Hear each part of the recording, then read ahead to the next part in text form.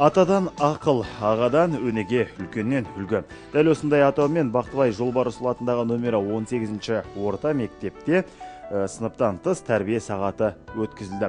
Бұл шараның басты мақсаты үлкенге құрмет, кішіге ізет көрсетуге тәрбиелеп, біздің жастарымызды өсіріп, туған халқына деген сүйіспеншілік, мақтаныш сезімін ұялату және ұлттық рухты сіңіру. Жүйрікте де жүйрік бар, қазанат жөні бір басқа, жігітте де жігіт бар, азамат жөні бір басқа деген.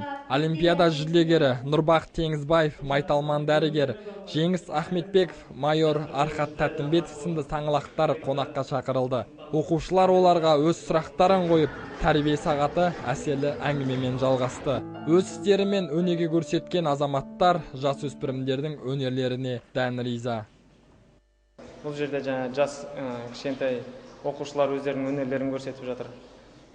Үлкен ақсақалдарымыз батасын беріп жатыр. Біздің ата-бабаларымыздың жаңағы салт дәстүрлерінің жалғасуын барлығын түсіндіріп жатыр. Өте жақсы әсер алдым. Жақсы ұйымдастырылған кеш болды.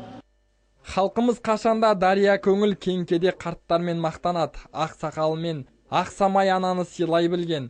Бұл шарада аталарымыз бен аналарымыз сондай құрметтен кемде қалмады. Орны төр, қатар алдыңғы сапта болды. Балаларды айналасына жинап, әңгімесін сонау түркіден тартып, абайдан аяқтаған қарт атаның көрінісі де қойылды. Қазақтың төл сусыны қымыз құйылды. Дәстүрлі әндер айтылып, күмбірлеген күйде тартылды.